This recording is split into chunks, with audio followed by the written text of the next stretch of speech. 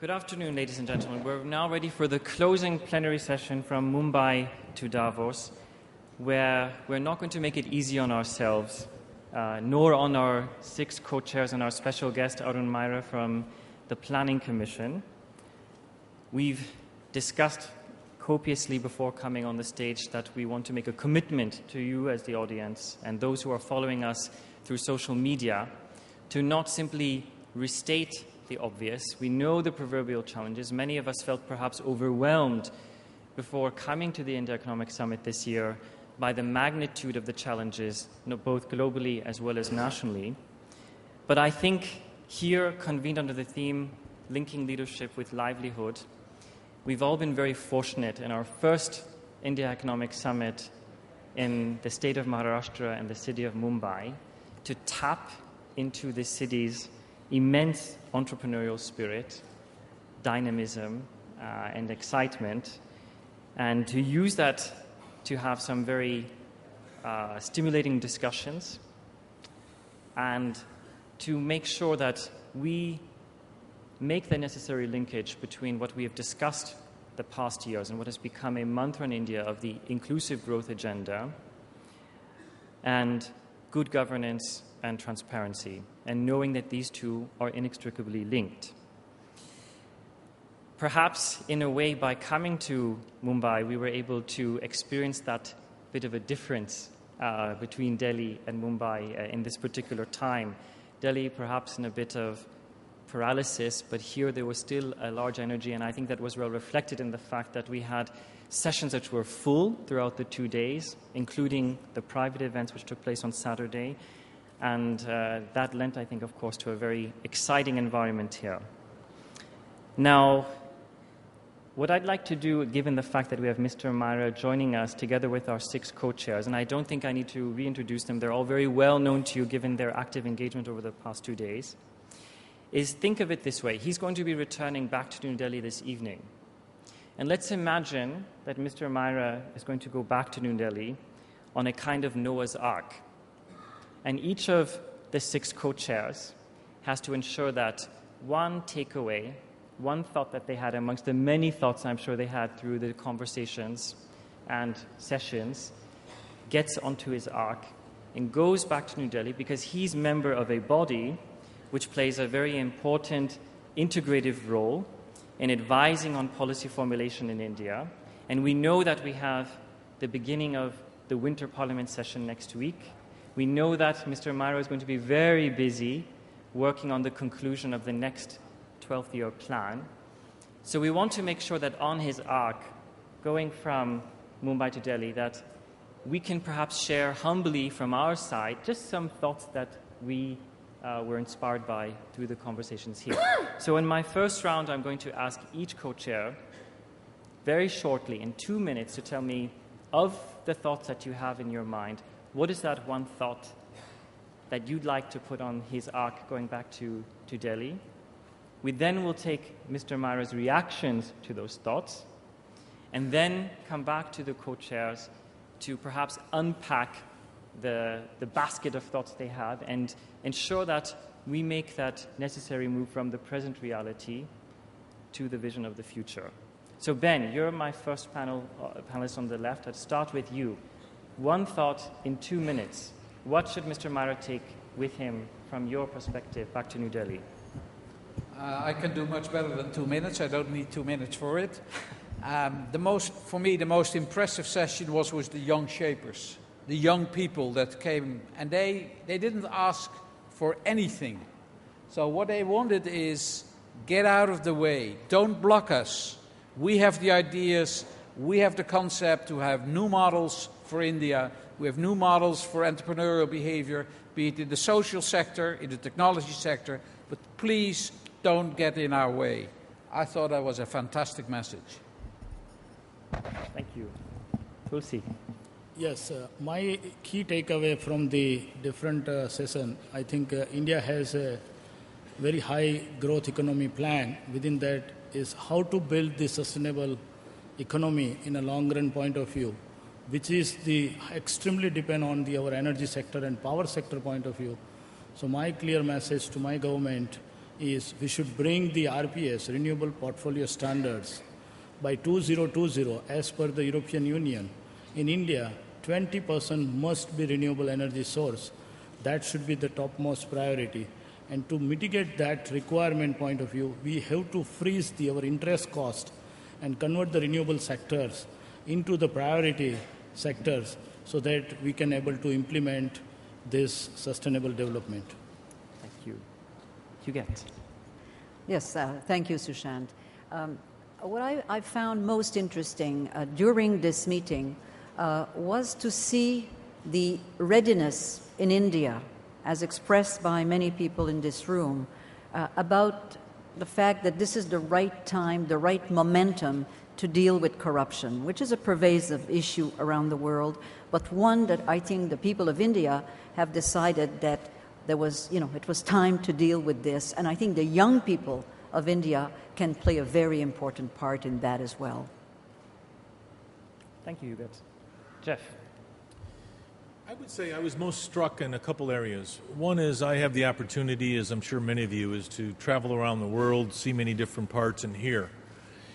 The tension between government and business is the same all over the world, and in fact, what was distilled in the idea that I would pass along is things are too complex.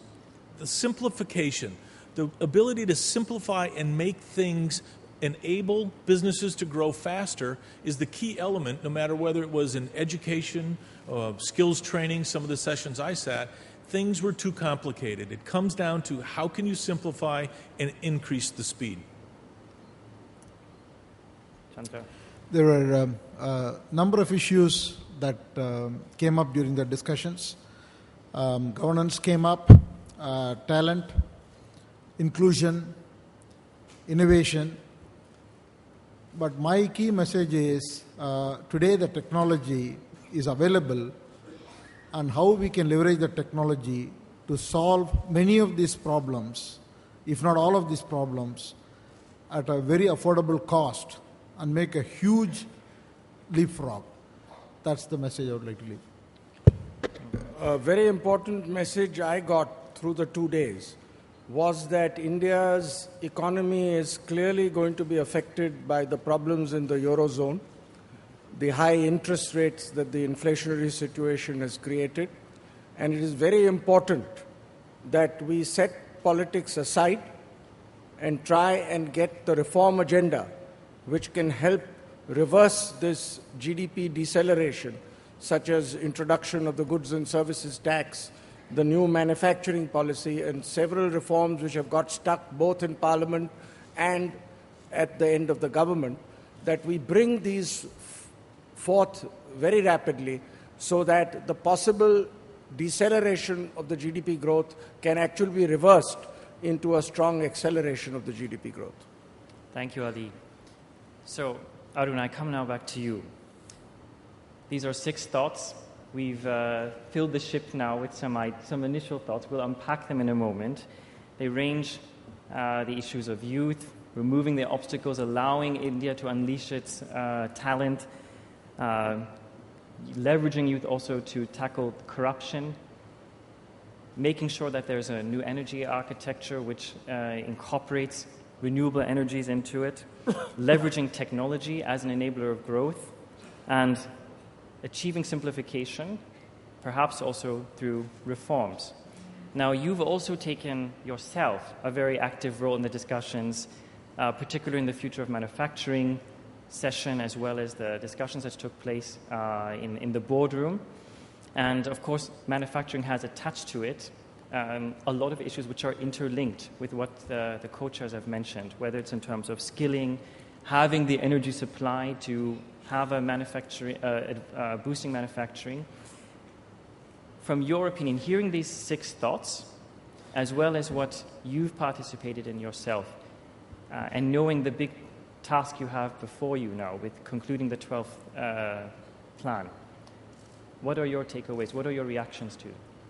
Well, to begin with, you have given, I think, these people, or they've taken too little time. I'd like to hear more. I'd like them to flesh out the thoughts that they have expressed and maybe express another thought also. But since you've asked me, and you sort of suggested that based on what I heard here. But I don't think any of us has limited themselves in the way they expressed what they said to just what they heard here. I think what they brought here was there too, and that lens is a very important one. So what I'm going to say is perhaps not limited to just what I heard here.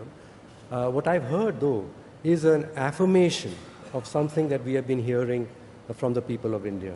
And that makes me feel good. That is like a validation by some very thoughtful people who know the world and have come and observed very sharply. What they have observed here seems to validate what we, the people of India, have also been saying are the things that we need to work on.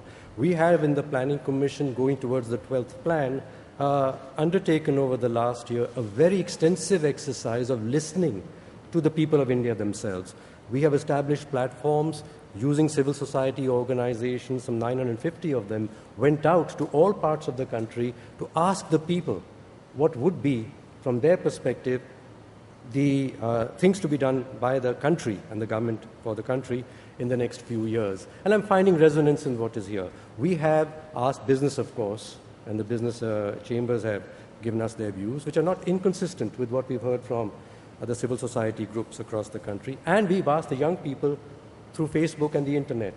And of course, that gives you a lot more, thousands and thousands of comments and little ones, and to make sense of them itself is difficult, but we're getting young people to make sense of that. And again, there's no inconsistency. I'm very glad to hear what persons here have said this afternoon, that the picture's coming together. There is an agenda for us here in the country which is being validated. So at this moment, if I just said that, would that be satisfactory, or do you want me to say now, what's the big agenda that seems to be emerging, or may I keep that to a little later after you ask them something more? Okay, well, let's pick up then on the point that you did make about listening. And then it's very good to hear, especially given Ben's comments about the importance of youth, given the demography of the country as well, that one does listen to the next generation that's coming forward. And we've actually done the same and put out a Facebook question to the public to ask them what do they see being the key obstacles and the key enablers for India's future growth. Jeff, it was interesting. I think you'll be inspired to know that 73% of the respondents mentioned education and training. Now, you've shared with us over the course of the event that there is perhaps a disparity now between a stressed educational system and the realities of a very fast-moving industry. 5% of the Indian labor force, according to a study in the age group of 20 to 24, has vocational training versus 60 to 80% in the industrialized world. And only 2% of the workforce in India has any training at all. And there's still, in parallel to that, projections that 25% of the global workforce in the years to come could be from India. So in order to make the 12th plan successful, what do you see as how do we get there? How do we ensure that that gap is closed? Well, I would comment, first of all, on your ability to ask extremely complex, multi-part questions. So I would begin with that. Because when you look at skills, and one of the things that I've talked about is the skills mismatch, and some of the challenges are strikingly similar across the world. And what India has is a springboard that very few countries have, which is known for incredible talent. Now the issue is, how do you move it forward when, in fact, you have to get deeper into the talent in order to satisfy the growth? Prime Minister's goal of 500 million people skilled trained by 2022. Very, very big goal. But I would say that what we are seeing is something, again, similar to the rest of the world, is there is a lack of honor, if I could put it that way, in entering into vocational technical schools. There's a stigma that if I don't go to the university and get the higher degree, but still become a waitress or a waiter, it is better than going to a vocational school and becoming immensely productive in the manufacturing area. Manufacturing is key. So clearly what we have is what we've coined across the world is a skills mismatch. Skills mismatch is moving very quickly because companies are moving at a pace faster than, by definition, education can move at.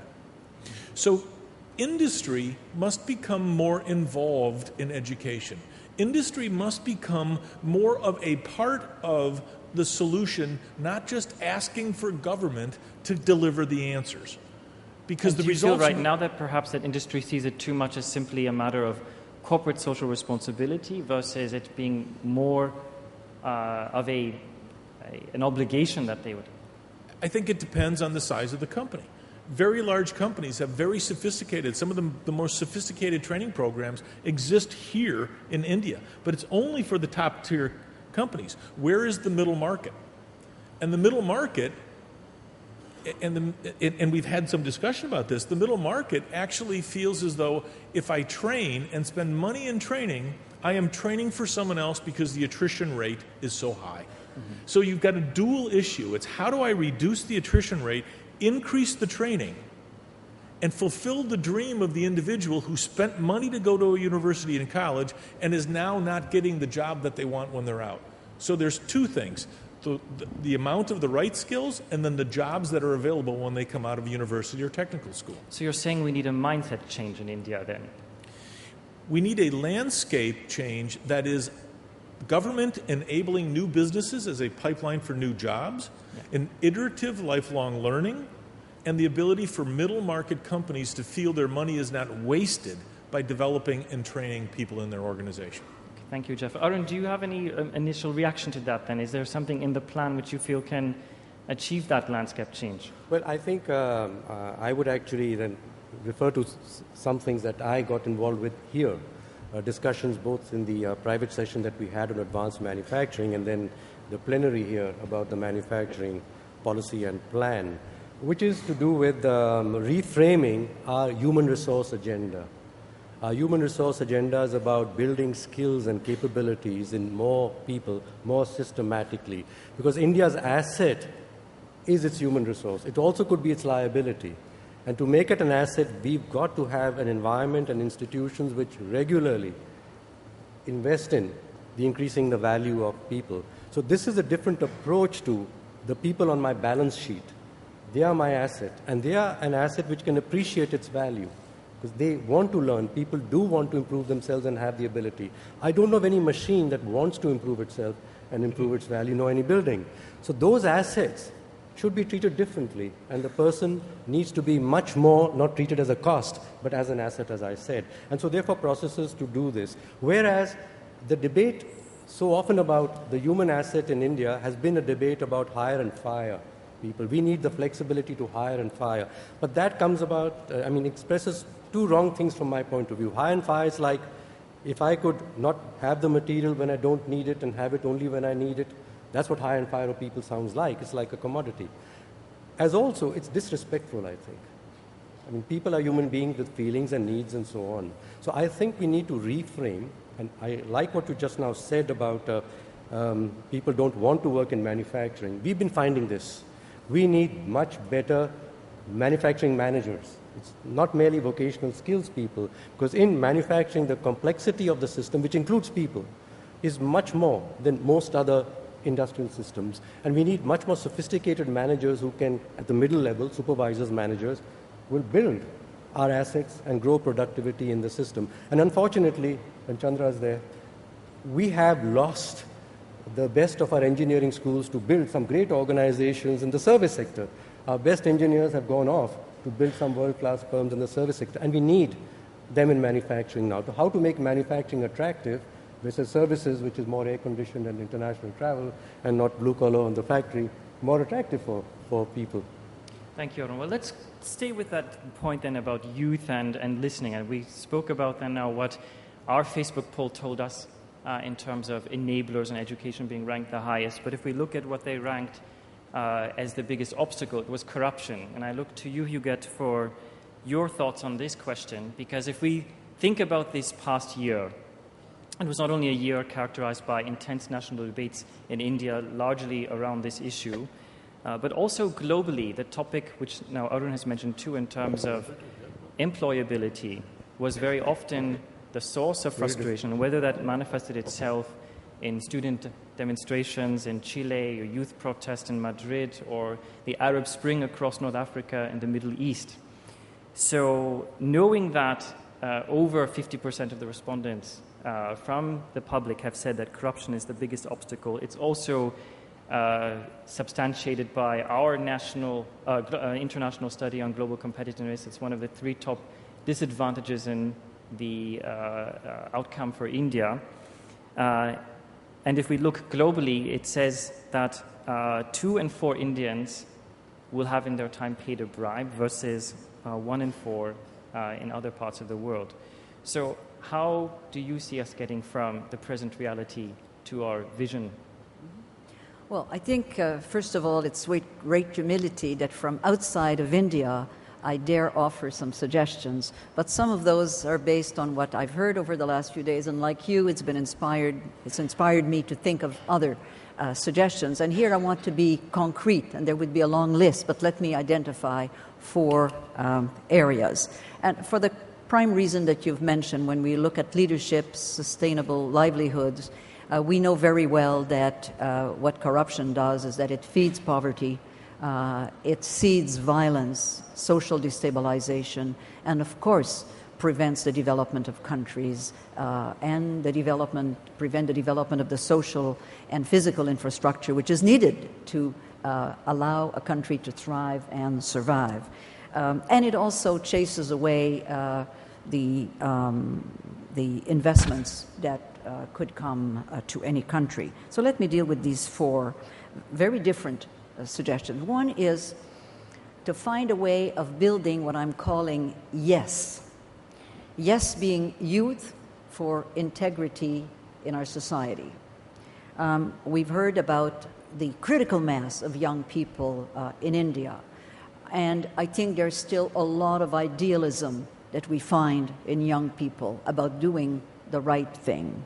And I think that here one can concede the development of a top moral compass in a succession of generations by involving young people to think about what kind of community they want, what kind of fairness, of social justice, and of stable communities as a goal. And there are many ways that one could do that, and we can come back to it if necessary. My second suggestion is to a great extent to the CII, which is, a tremendous organization of leaders in India. And here you've published recently a very interesting code of conduct approach, which I think is a great start and very important. But what I'd like to suggest is something in addition. This country has been planning, I understand, to spend close to $1 trillion equivalent of US dollars in building infrastructure over the next 5 years. Any department of the government has anywhere from 50 to 70% at times of its budget, which has to do with procurement of goods and services. So I think that to clean that part is very important. And Transparency International has developed a tool called Integrity Pacts. And this is pacts of integrity when by bidders and the entity requesting procurement or requesting the bids, where no bribery, nothing wrong will happen. And if it does, then that entity is disqualified or that company is disqualified. And it creates a very different situation. Actually, in India, 41 state-owned enterprises have adopted this approach so that every contract, every supply and services request for proposal is dealt in this way with independent oversight to make sure that these are not just words, that it does happen. And in one case, a company called Gale India, which does bare line pipes production, has saved, according to itself, 72 million US on 2 contracts alone, money that can best be used for other services. So, and we have found as well that there is a lot of company-to-company bribery happening, so that this could apply to both business to business as well as business to government. 2 quick additional ones. A number of states in India have enacted legislation in order to have, for people to have the right to access to services. And this is tremendous.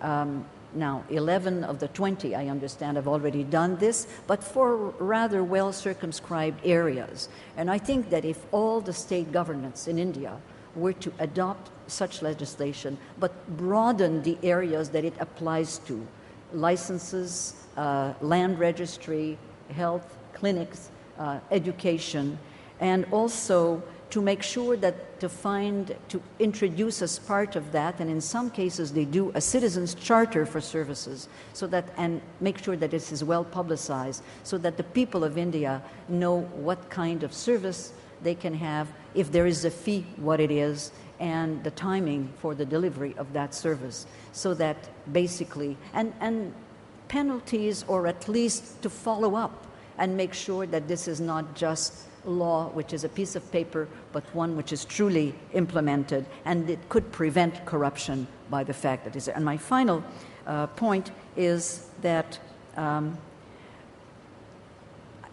what I would recommend is that national and state governments find new ways, using electronic means plus, to publish all their revenues, to publish what they disperse to other levels of government, right to local clinics and schools, so that people know what they should expect to have in terms of those resources. And when it has happened in other parts of the world, suddenly the teachers that were not there appeared.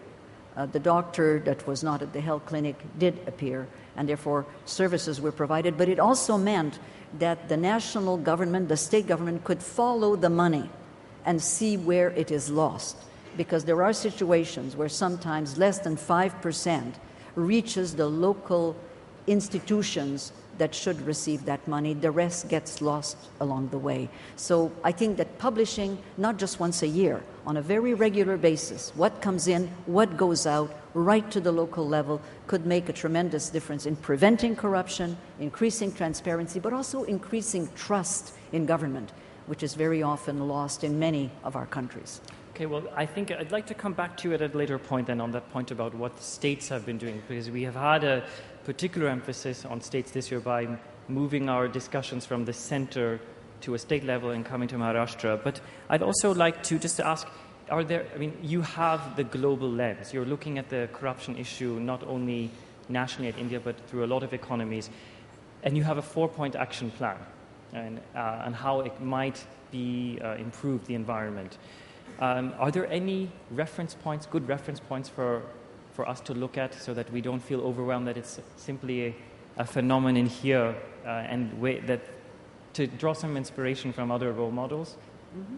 Yes. Well, in terms of publishing revenues and disbursements, right now the government of Brazil has initiated such an approach. In their case, they update the information on a daily basis. So it's available. People don't have to use access to information. It's there for all their people to see.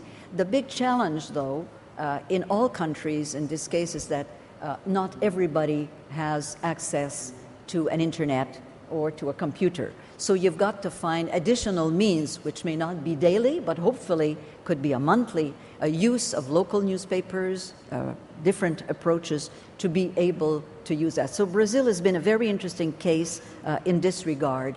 I've seen, Colombia has used now integrity packs for pretty well all its government procurement services and construction, and have succeeded in saving hundreds of millions of dollars in their totality that then could go to provide additional services, both social and build the physical infrastructure as well. Thank you, Hugo. Chandra, it sounds like to me then, obviously, that technology is going to be one of those enablers. And again, if I come back to the survey, it did show that the number 2 issue in terms of enablers was, in fact, technology. And you spoke about, over the course of the summit as well, about the way that can act as an enabler. But could you concretize that for us a bit in terms of governance reform in this particular area. And India is obviously a source of a lot of technology and innovations. We've had other conversations around that as well. But can you perhaps concretize something for Mr. Meyer also to take back with him to Delhi on how you from the industry can see technology taking that role? Thank you, Sushant. See, if you recap the major issues that got discussed, and it fall into the same 4 buckets which I articulated: talent, financial inclusion, transparency and governance, and then whether you call it unleashing the potential of the young people and capture the innovation that is possible in this country. If you look at all those 4 fronts, today we are in a position to leverage technology significantly. If you take India, there is a huge fiber that's being put in place, and we are going to be if you are not already, we are going to be 1 billion people who are connected. And the Knowledge Commission has taken a number of steps in that direction. And then we are creating a core platform, and tablets and other devices are getting cheaper and cheaper. So it is absolutely possible to conceive a situation where we are able to reach a vast majority of the people in this country through technology. And you take education, for example. There are 2 sides to the education problem.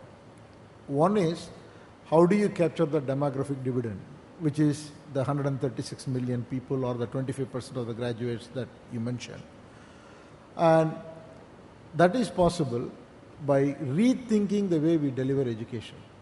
The traditional methods of education will only go some distance, primarily because we have the problem of student-teacher ratio, shortage of teachers, an estimated 400,000 teachers shortage, and many other problems.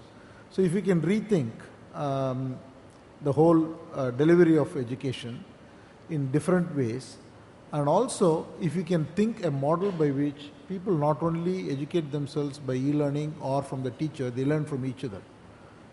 Okay, for example, a company like us, I mean, you look at the whole country as a collection of a lot of companies. I mean, we run pilots. We have what is called as a Just Ask.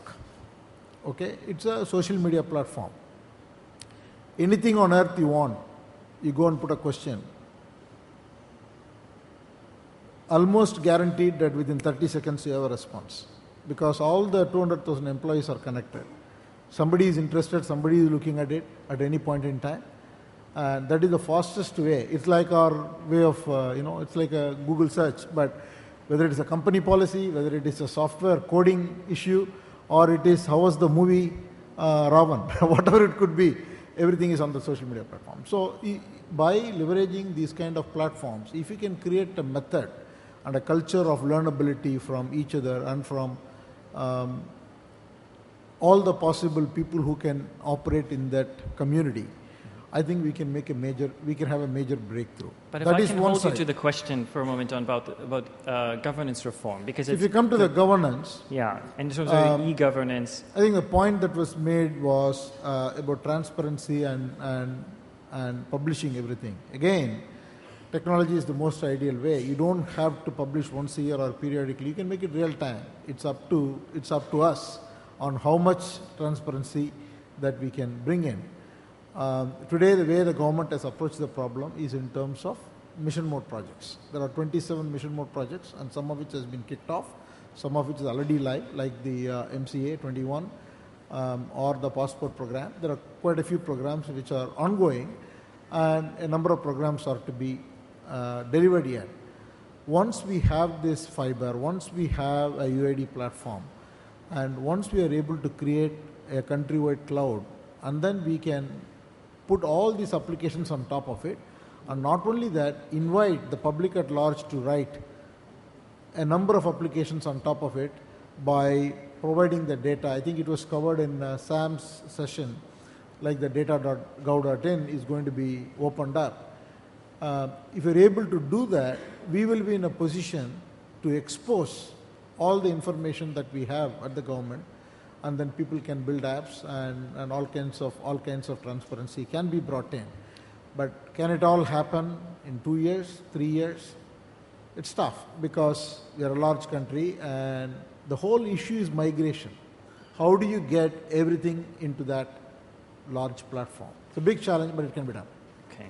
Tulsi, you've also spoken about another enabler, namely energy, and the new energy architecture, as it's been referred to in the session that you participated in. You also said that there are over 400 million Indians who are without electricity, and that clearly is, when one discusses a manufacturing policy, a major hindrance. So for you, there's a broad landscape of energy, of course. You focused on renewable energy. I'd like to see that come up to 20%. How do we get there? I agree with you. As you know, India's the energy architecture is currently, it's a 45% is a coal base, 25% is a hydro, and 30% is nuclear, wind, solar, and other sources there. And 160 gigawatt is the total installed base is there. Same time, if you really understand the value chain of the power sector is extremely important for the enabler for the economic growth of the India. But at the same time, the value chain, whole systems are completely unhappy. Consumers are not getting the sufficient energy, and their price is not stable and uncertainty. At the same time, utilities are not making profitable models, and they are not able to pay the electricity's price on a time. And at the same time, they are not able to invest in a large CapEx in the thing. And also the 20,000 megawatt is a grid deficit is there. 25,000 megawatt we are producing from the diesel. So it is extremely volatile and vulnerable situations is there. At the same time, we don't have a sufficient own resources, and energy security is a priority. 400 million population doesn't have access of energy. Nearly 700 kilowatt hours per capita consumption. It's extremely low in our country, 1.2 billion population respect. So the conclusion is very clear is that we need more energy. We have to reform the complete power sector transformations, and the new architecture we have to bring by 2020 and by 2030. Very high focus is required by 2030.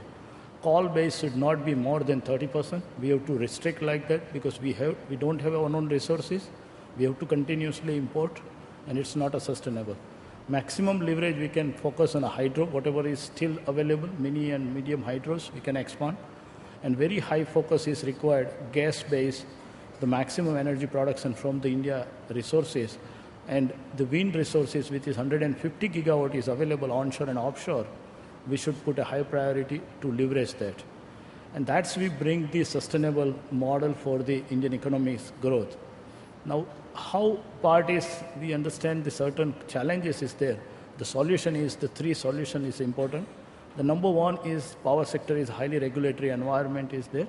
It's highly driven by the policy frameworks.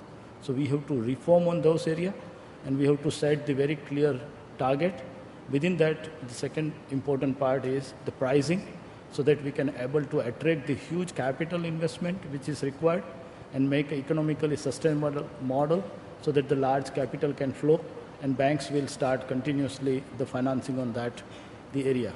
The third area is coming out, the central government and state government cooperations is extremely important, because when we are going in an execution field, that is the biggest challenge is coming in a timely execution of the project.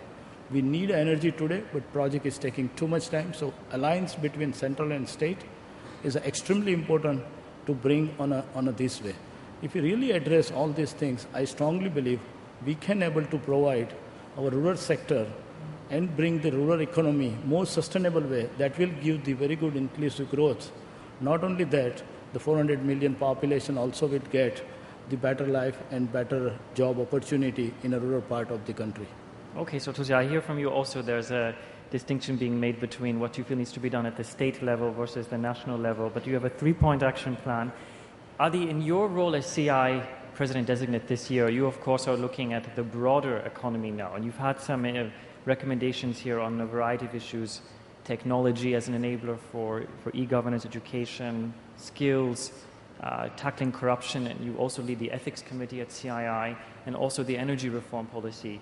But with that broader view, and you've been so actively involved on a variety of initiatives of the CII this year, what is your message to Arun going to Delhi in terms of how India is going to accelerate its GDP growth? Where do you see, if maybe you could concretize for us 2 key points out of the reform agenda that have to come through quickly?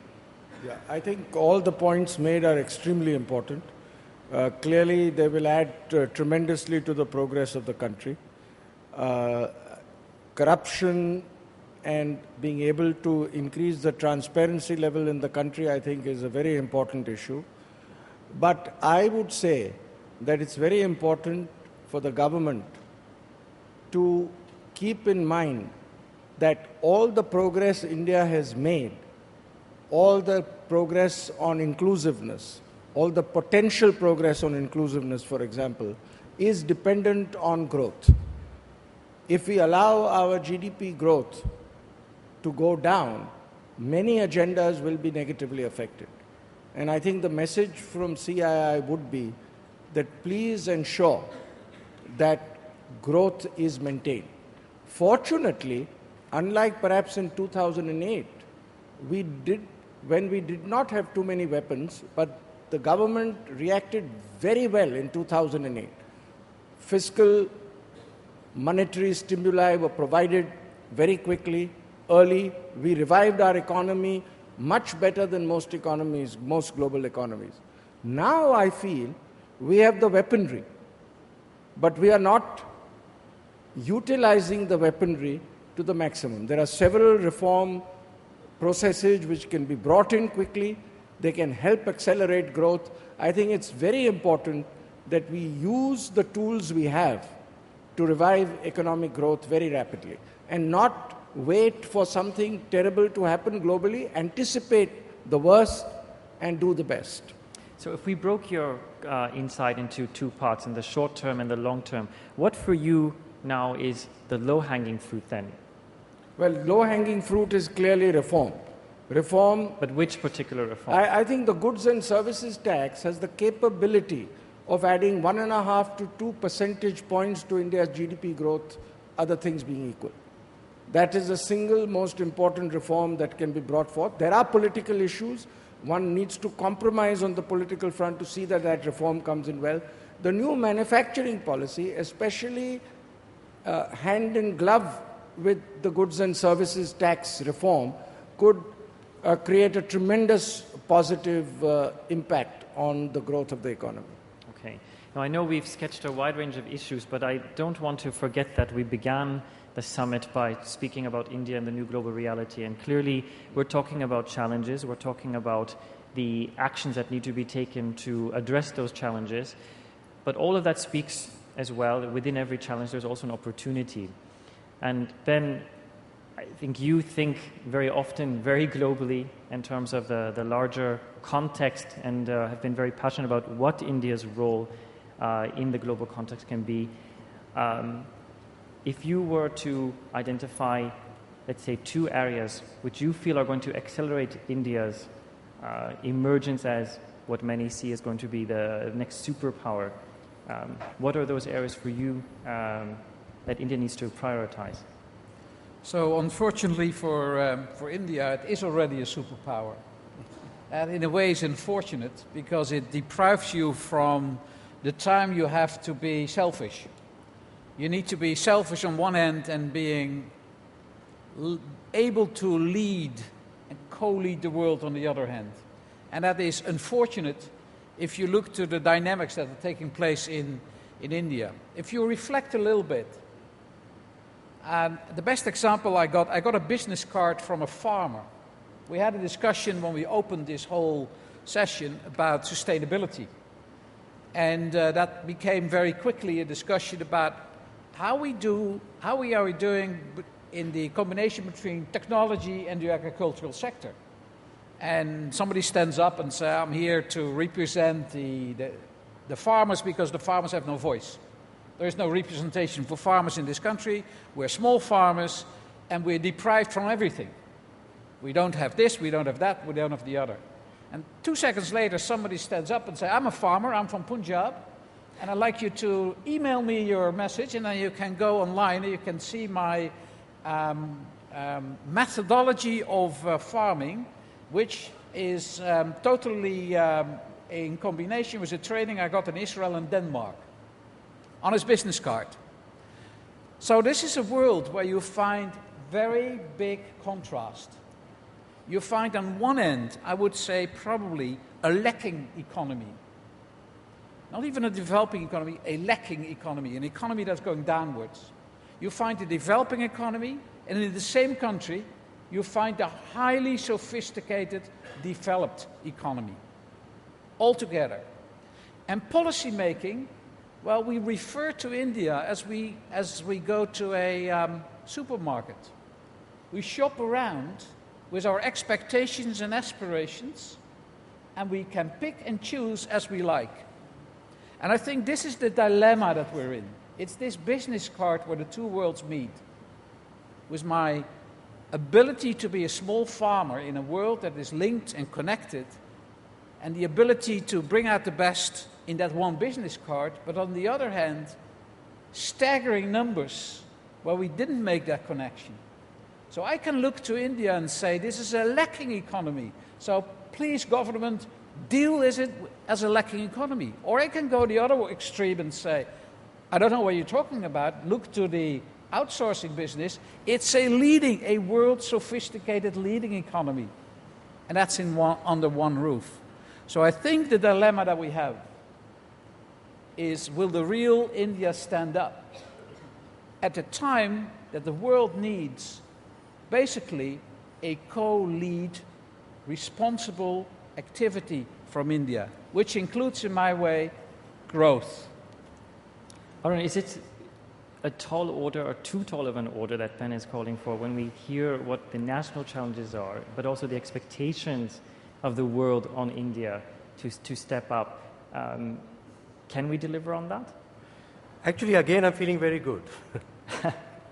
That what I'm hearing here, and I'm going to pick up on the thoughts here, that they are endorsing, by and large, an agenda that the people of India are giving to us. Okay, the theme of the World Economic Forum's India Summit was about leadership for livelihoods. Leadership for livelihoods. Livelihoods is not merely an agenda for India, it's India's biggest agenda, but it's become an agenda for other countries of the world. Jobs, jobs, jobs in the USA, in Spain, Italy, all over the world. We need new models, and that's what the title of this session was.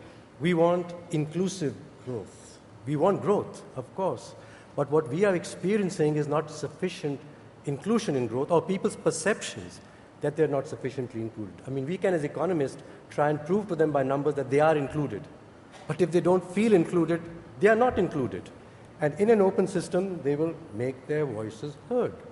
So we must have, and that we've recognized in our country, far faster, much faster inclusion along with growth. We heard in the session that we had on manufacturing from Mr. Nag, the Managing Director of the Asian Development Bank, that while China has had growth, he used some indicator that for each unit of growth, they get 0.8 in terms of jobs and livelihood generation, and India's 0.3. So what he's pointing out is that while pushing for growth, you're forgetting how to include, or you're not learning how to include people sufficiently in the growth. And as you point out, there are two Indias that you can see, and so on. I mean, that is our challenge. We've got to carry the whole of India along with us. Now, I want to just pick up some things that I've heard and use those to frame what the message might be. I heard a very strong message from you that you heard the youth of this country. They are saying, just give us a chance. Others also said the same. You said so too. Want to build a new India, you said, in India. And your words, what kind of community? I'm saying what kind of country? I mean, it's a question for the youth perhaps, but for all of us. What is the country that we wish to build? What flavor, what values, what qualities? How will we know, what measures would we have that that is the country that we are building? We need to have a shared vision of the country that we wish to build. Now, how could I hang all the comments I've heard and all that we've heard around a few statements, which could be, you might say, vision statements, for discussion only. Firstly, anyone who comes to India, like here, always talks about India as a democracy. And of course, there's an appreciation of India as a democracy, but we in India, and perhaps even the investors who come here, also complain about the problems of India being a democracy as a contrast to other places. So we have to see India through the lens of democracy. The other lens, of course, is the lens of the economy and the growth of the economy and investment in the economy and business. Okay. The other two things which are coming together in this forum. Economy, of course, is the World Economic Forum, but we're talking about the other part of a country, of a society, the democracy over here. So let me start with, through the lens of the democracy, what I've heard. I mentioned to you already that we have in the Planning Commission for the first time, rather than we as mandarins telling people what's good for them, got into a discussion. It's been quite challenging. They challenge our thoughts about what's good, but as you said, maybe it's the people out there whose choice should determine which way this country goes. We heard in the session this morning on the press, which is a very lively session, about what's changing all over the world, that the access to information that people have through the cameras on their cell phones, which they can transmit then on the internet and so on, and of course the news channels in our country, some 300 odd. We used to have 2, I'm told, in 2000, and they are blasting news all the time and blasting people all the time. That's there, it's a reality, it's not going to go away. Now, we celebrate India as a democracy. We've had the Anna Hazare movement, and there's been a concern about it, that we are a democracy after all. People have elected representatives into parliament, leave it to the parliament. Why should we allow people to express their views of what the legislation should be? Now, I think what Indians are saying, we are not just happy with it being an election time democracy. We want a deliberative democracy. We want to participate in democracy. So I think an agenda that's coming out very strongly is, from all our conversations that we've had in preparation of the plan, this was the biggest one. We want to participate in the decisions that affect our lives. We want to deepen democracy. So if democracy is about government of the people, government for the people, and government by the people, of course we have government of the people here. It's a government of the people, elected by the people.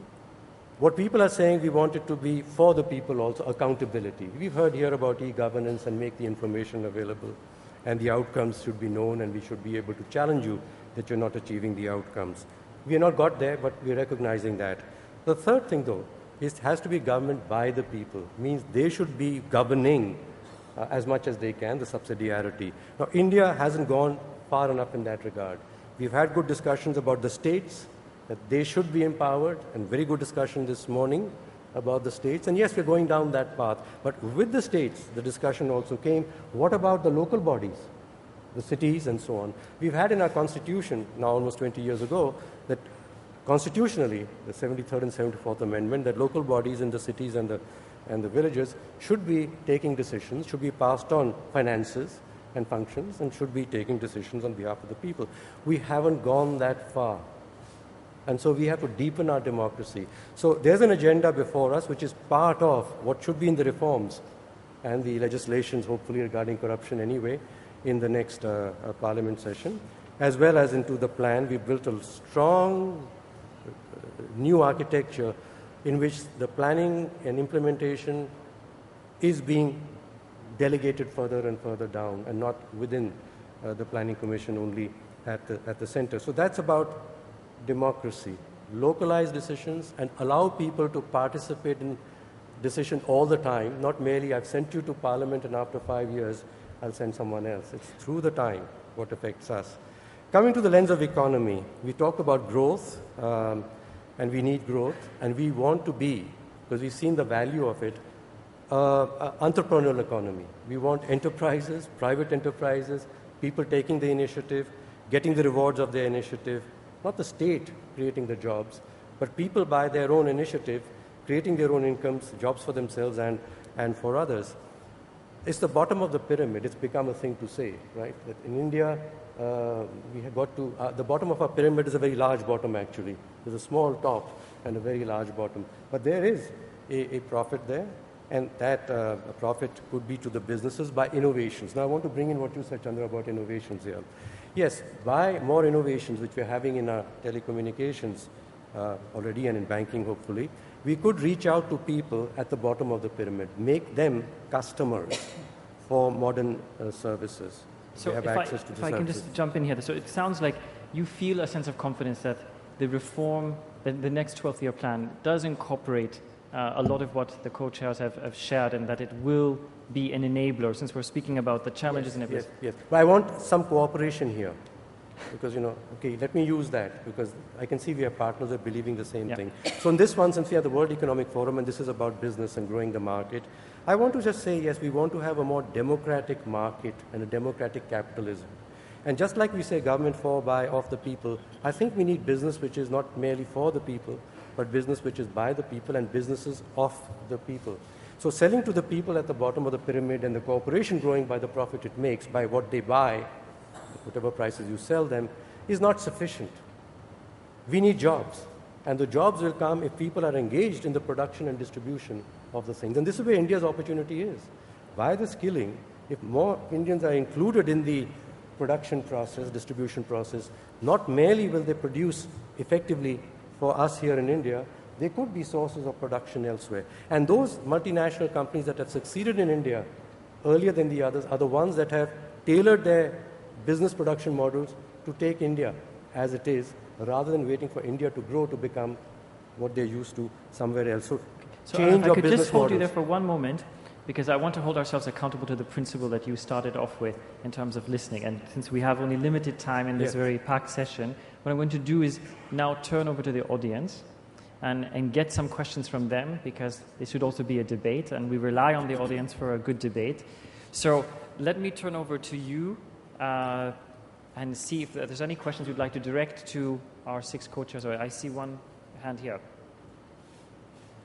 I'll go there then. My name is Kumar.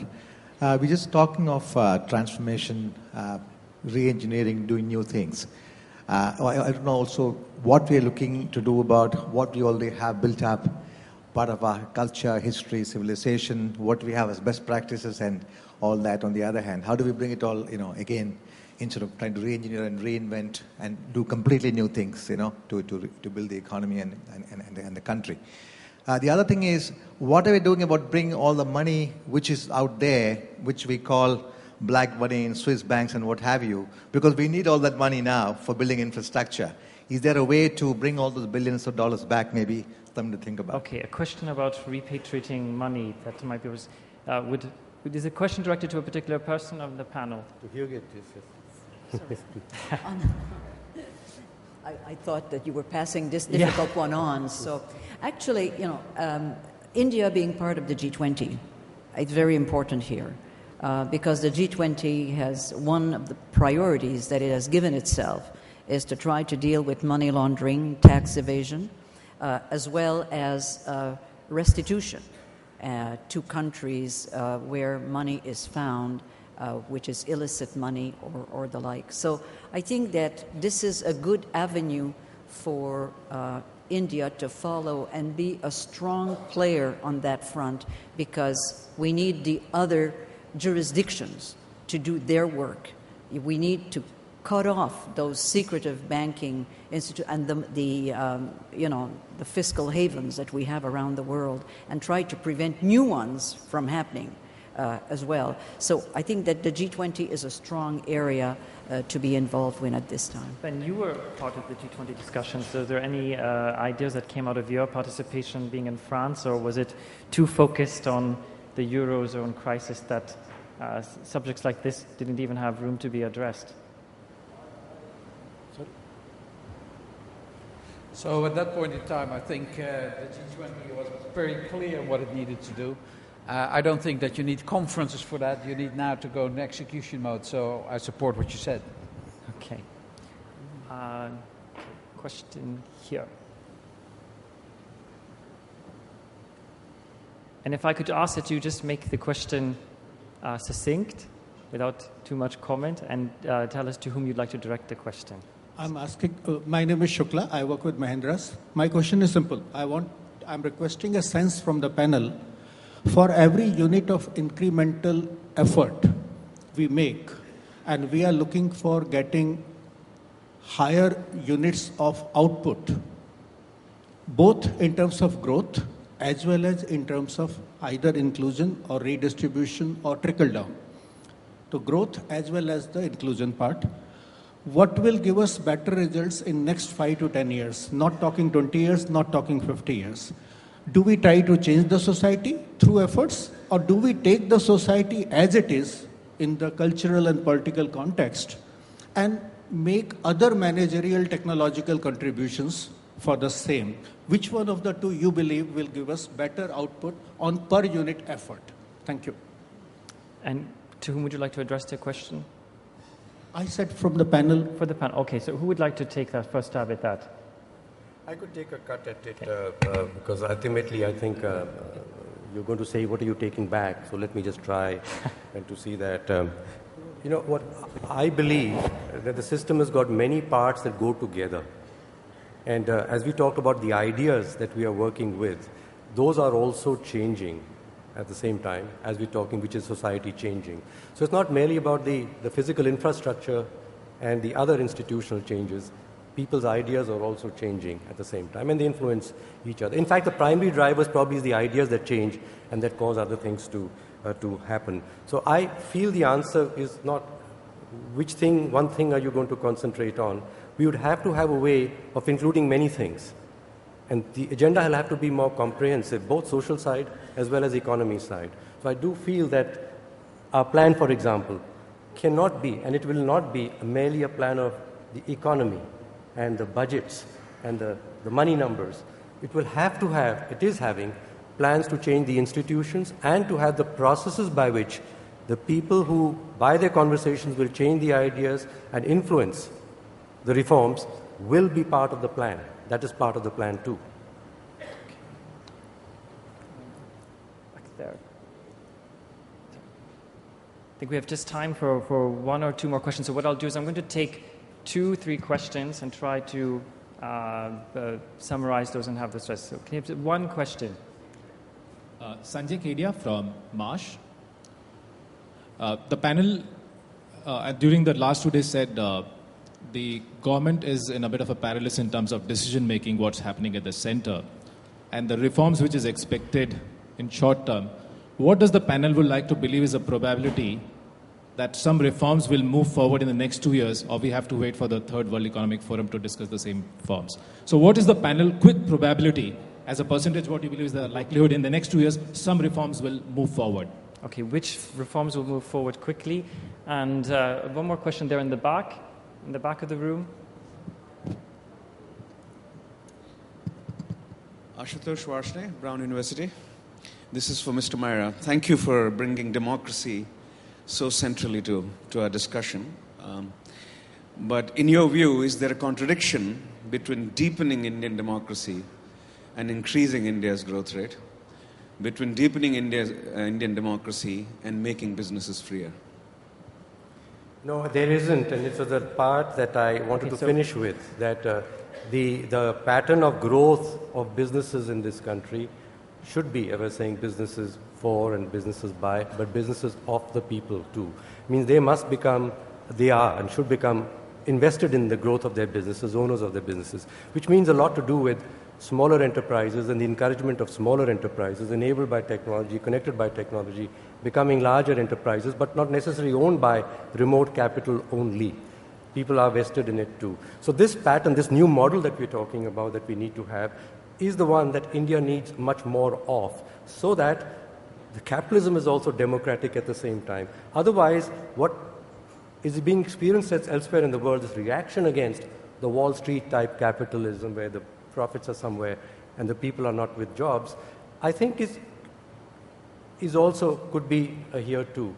So I do believe that making the capitalism democratic is as important as the other processes of democracy that we have. And there are models, there are possibilities of doing this, and India could perhaps be and needs to be an emerging model of how this can be done. So I'll come to Ben. And actually what I'll do now with that previous question before that, in terms of what do you feel now, so we can perhaps end on a note of optimism. I'm going to ask each one of you to answer that question. Where do you feel now confidence after these discussions, after the commitments that have been made here from different leaders, where we're going to see the quickest returns in the next 2 years? Ben?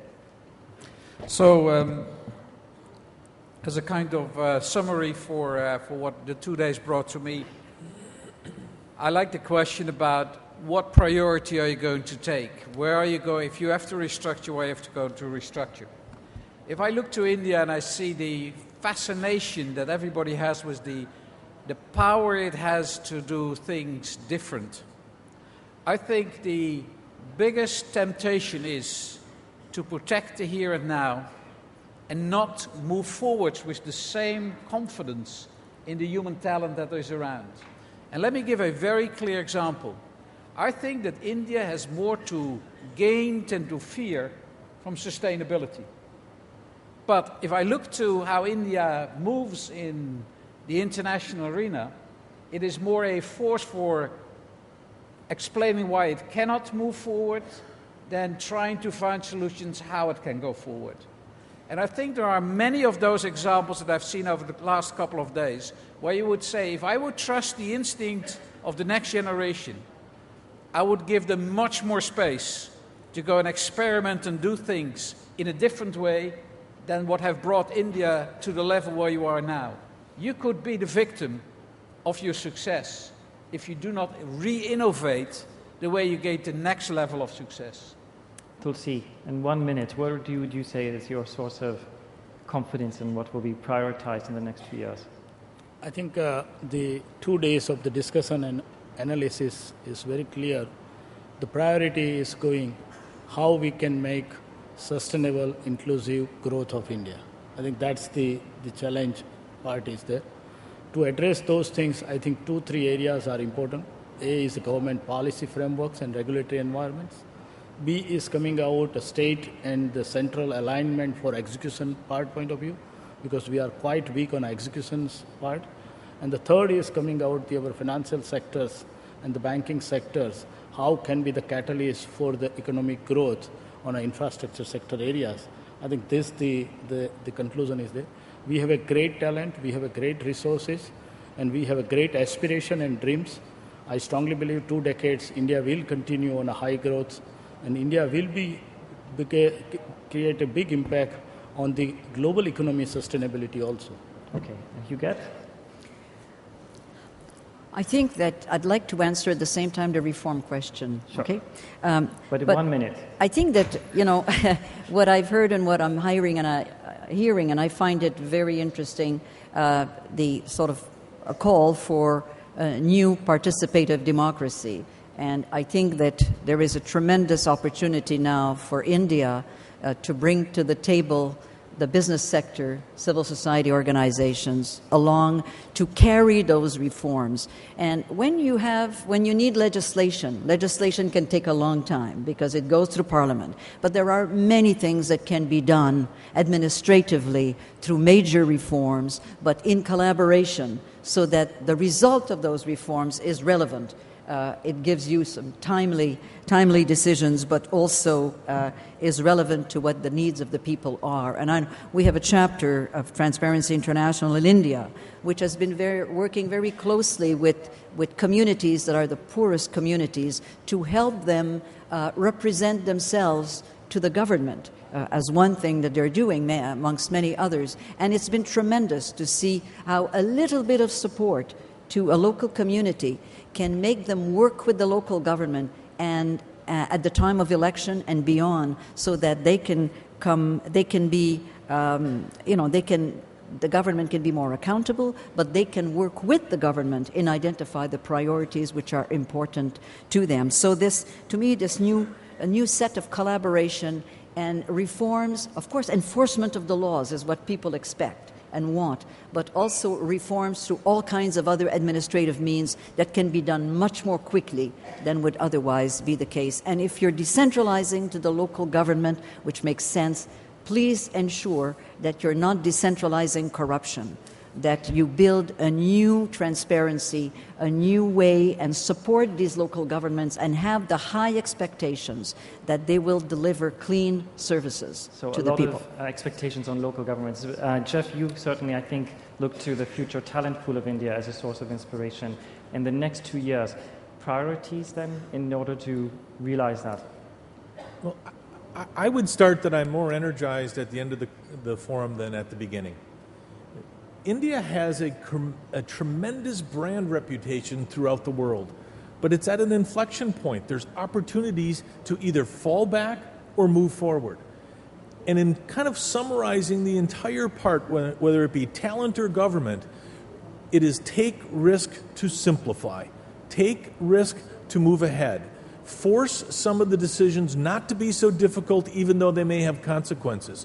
Because the world is waiting for India to take its place because of its reputation on talent. Thank you, Jeff. Chandra? I think, I feel a combination of things are in play. There is a technology intervention and there is initiatives from startups, businesses, governments, NGOs. And with all this, we think we can solve the problems and we have all the tools and we've got a very good chance of succeeding in bringing solutions to solve all these problems in all these dimensions. Adi, how do you see now leading the largest industry body in India, the role now of your membership in prioritizing, seeing these reforms come through in the next 2 years? Whether it's our membership or the country, I think we should go forward to empower the youth whose enterprise, innovation and passion, I think, will drive the country forward very strongly. Okay, thank you, Adi. Mr. Banerjee, I've been very un-Swiss in not keeping the time as I should have, but I would like to use the few seconds I have before passing over to you to express my utmost gratitude not only to yourself for your personal dialogue with me throughout the months, but in particular also to 2 team members from CII, Nirja Bhatia and Charu Mathur, have been extremely, immensely linked with our teams at the World Economic Forum and so helpful. I'd like to thank on behalf of the Managing Board and Professor Schwab to all of you for your active participation. It's been so rewarding. I've been energized by seeing the enthusiasm you've shown for all the sessions, starting at 8 in the morning on Sunday all the way through the end. And I'd like to end by also thanking then all our friends in the government of Maharashtra who showed an equal amount of enthusiasm, who were so present throughout the last 3 days of our private meetings and our public sessions. And I think, looking back, it was a perhaps daring venture for the forum to have, with CII only in March, decided to bring the event to Mumbai, but I think we can all look back and feel a lot of confidence that it was the right thing to do, and it was a great success. Thank you very much. Mr. Banerjee.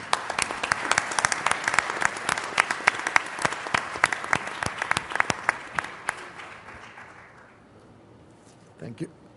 Thank you, Sushant, and I really promise not to make another closing address, but 2 days of real great discussions with political leadership, with the business leadership, the civil society, the academia, media, economists, so on and so forth. But I thought the time was great spent, very well spent indeed, and we came in with a lot of apprehension as to what the India Economic Summit this time is going to be like with what's happening globally. But as the co-chairs mentioned over the last 1 hour, I think we are getting out pretty much energized and looking forward to really the implementation part of the number of takeaways that each one talked about that we had from the summit. And I think we really, what we are going to focus on in working with several stakeholders around are the issues that came up, be it on faster reforms, be it on implementing reforms, be it on really establishing a sort of a situation where we can really look at the opportunities that India has, as we heard that India is there, very much there in the world. India's leadership is what everyone else is looking forward to. And I think this is something that we really we'll have to really work for. We really need to also look at a situation where we have political leadership which really takes central stage and center stage, and regional parties are more centric in nature in terms of their thought processes and really taking the center-region relationships much faster and much ahead. The number of opportunities that all of you talked about from the co-chairs and what we heard over the last few days, something which is extremely important, both be it in terms of in the areas of skills, be it in the terms of what we could do in terms of technology, in terms of really looking at how we can grow and how we can make our growth inclusive, or when it comes to really looking at how we could really focus on the issue of governance, which has been talked about at several sessions, or even sustainability. I think there is a full, clear set of agenda for each one of us as we leave this room, and we will really look forward from CII as to how we can engage ourselves in taking each one of them forward. But I must say that one of the other key areas that really came out was, of course, the action today, and that has really gone into the states. And I think with our 64 offices all across the country, there is an agenda really clearly cut out for our state offices to work closely with the local government, not just the state governments, but right down the line as we really look forward to taking this taking this process forward. First time in Mumbai, great expectations. I think expectations fulfilled. We came here, as Sushant said, from March till November, a lot of action seen at various stages. Whether we will be able to make it, what it would mean, was it a right decision? I guess everyone, as I have been talking to people in the corridors and inside the hall, felt that this was such a great change. And it was indeed needed, as we talked earlier about, that the actions are in the states, and this is how we see one state really coming forward, and we coming to a state which is really laid out such great hospitality. And as Sushant thanked the Maharashtra government, I also would like to, from CII, join hands and say this was really a great effort put up by the Maharashtra government. We felt at home. What a great evening we had last night.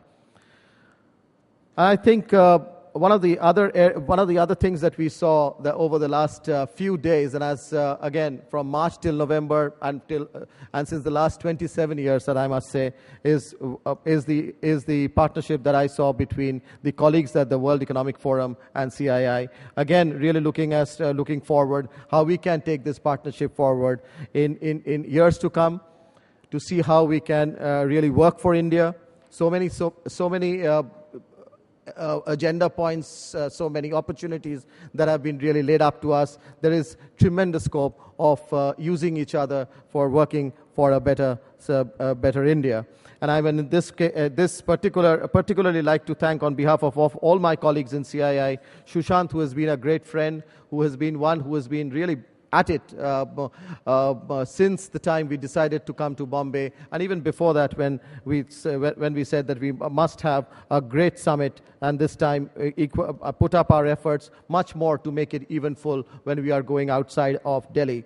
And I really thank Sushant and the entire managing board of the World Economic Forum and all the other colleagues who are present here from the World Economic Forum. And I see here present in the audience still Sarita and Alois. Thank you very much for this participation, and this was a truly great partnership.